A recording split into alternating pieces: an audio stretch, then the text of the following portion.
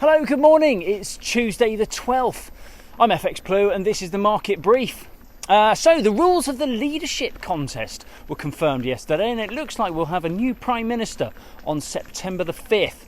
We'll have 11 or 12 candidates to start the process.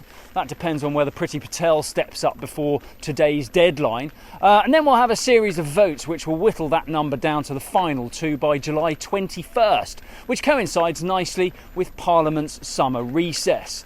A vote of the wider membership will then decide the winner, and that will be announced on the 5th of September. So for those of you who are already pretty bored of it all, roll on September the 5th. The end is in sight.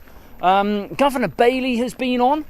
He was testifying before the Treasury Select Committee yesterday, and he took the opportunity to have a pop at some of the tax cut promises being made by some of the leadership candidates. He reminded everybody that tax matters should be formally discussed within a budget where the bank's input is requested, and it should not be part of the leadership contest. So I guess that's Chancellor Zahawi told firmly to get back in his box.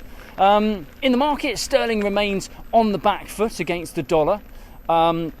We fell to 118.65 yesterday, and we open around 118.40 against the euro this morning. And yes, for the keen beans out there, you're probably right. With sterling dollar and sterling euro so close to each other, that does mean that euro dollar should be very close to parity.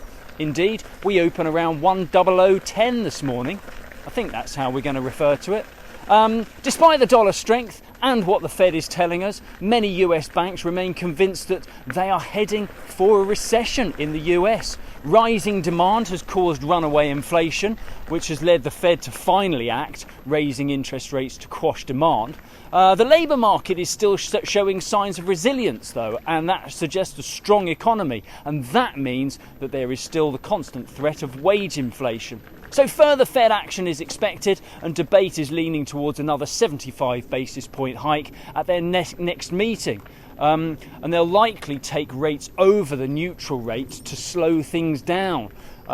This outlook is driving the dollar index higher towards the 110 level. Yesterday we topped out at 108.25, but this could easily drive on higher, especially once euro dollar breaks through that parity level. Right, that's it from me. Have a great day. Join me again tomorrow. If you do not have a clue, then just tweet through and ask FX Blue.